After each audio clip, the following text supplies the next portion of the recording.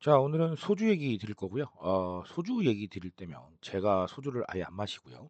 또 술도 그렇게까지 안 마시기 때문에 이거 말해도 되나 싶은 생각이 들기도 하는데 트렌드 측면에서 또 뭐가 보일 때는 어쩔 수 없는 것 같기는 해요. 자, 어떤 얘기 들어가 있는지 오늘 클래식한 소주 이야기로 함께 하겠습니다. 바로 들어가 보시죠. 자, 롯데 칠성음료가 처음처럼 클래식을 출시를 했습니다. 일단은 처음처럼이 올해 20 주년을 맞았거든요. 그래서 아마 여러 가지 생각들을 하고 있을 텐데 이런 생각 중에 나온 게 바로 이 제품이다라고 보시면 되겠습니다. 클래식이라는 단어의 느낌이 좀 묵직하잖아요. 예, 그래서 역시나 묵직한 소주를 냈습니다. 자, 이게 무슨 얘기냐면요. 20년 전 본연의 레시피를 가지고 있습니다. 그래서 최근에 소주가 다 저도수를 따라가고 있는데 진하고 부드러운 소주를 만든 거예요. 도수는 20 도입니다. 그래서 상당히 좀 높은 편이고요. 방금 말씀드렸다시피 20년 전 본연의 레시피니까 당연히 도수가 좀 높을 수밖에 없을 거예요. 그 당시에는 저도수 트렌드는 아니었으니까요. 자, 이 부분이 알려주는 건 사실은 모두가 저도수를 찾는 건 아니잖아요. 무슨 얘기냐면 시장은 나눠져 있고 시장의 니즈는 굉장히 다양하죠. 그러니까 제가 항상 말씀드리는 내용 기억나시죠? 모두가 다 따라가는 건 없다.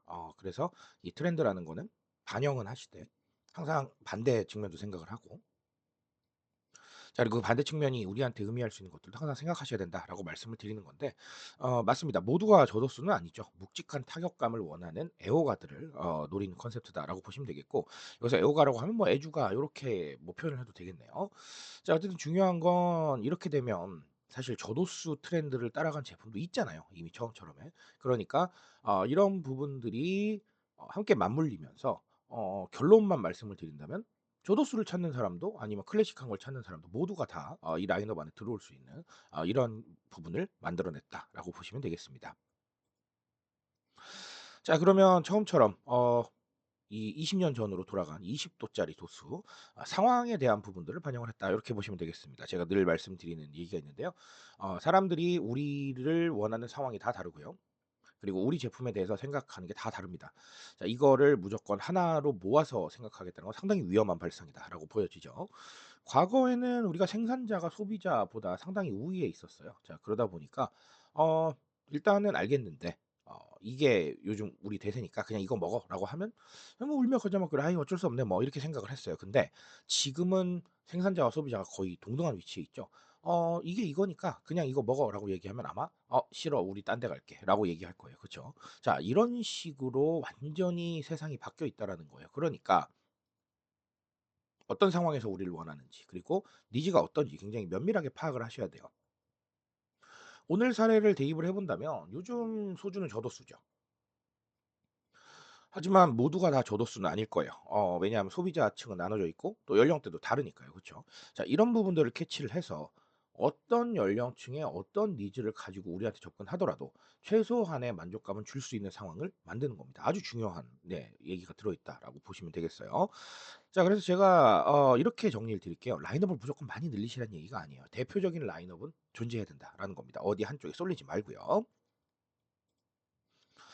자, 그리고 처음처럼 클래식 요거 20 도짜리 네 레트로에 해당을 하죠.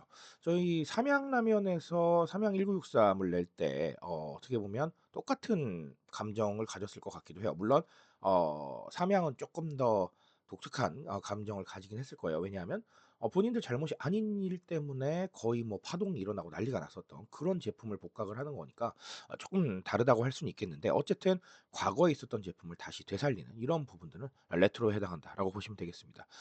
삼양 1963의 출시 이후에 그리고 또 농심도 농심라면 이런 것들 다 출시할 때 이런 얘기를 했어요. 그때 그 맛이 날까?"라는 얘기들을 가장 많이 하셨어요. 실제로 경험해 본 분들은 네 그런 거에 대해서 향수를 느끼고 있고 또 굉장히 감정적으로 받아들일 수밖에 없거든요. 그러니까 이게 '레트로가 상당히 좀 효과가 있다.'라고 보시면 되겠고요. 자, 그럼 반대로 경험 못 해본 세대들은 어떠냐? 즉 처음처럼의 20년 전 레시피 못 먹어 본 사람들은 호기심이 들잖아요. 새로운 경험이잖아요. 이게 옛날에 그렇게 했었다고?' 하는 것들이 되기 때문에 이건 역시 감정적인 접근이 가능해요. 그러니까 이 레트로라는 건 생각보다는 상당히 좀 재미있는 트렌드고 또 반영할 만한 폭이 굉장히 크다라고 보시면 되겠습니다.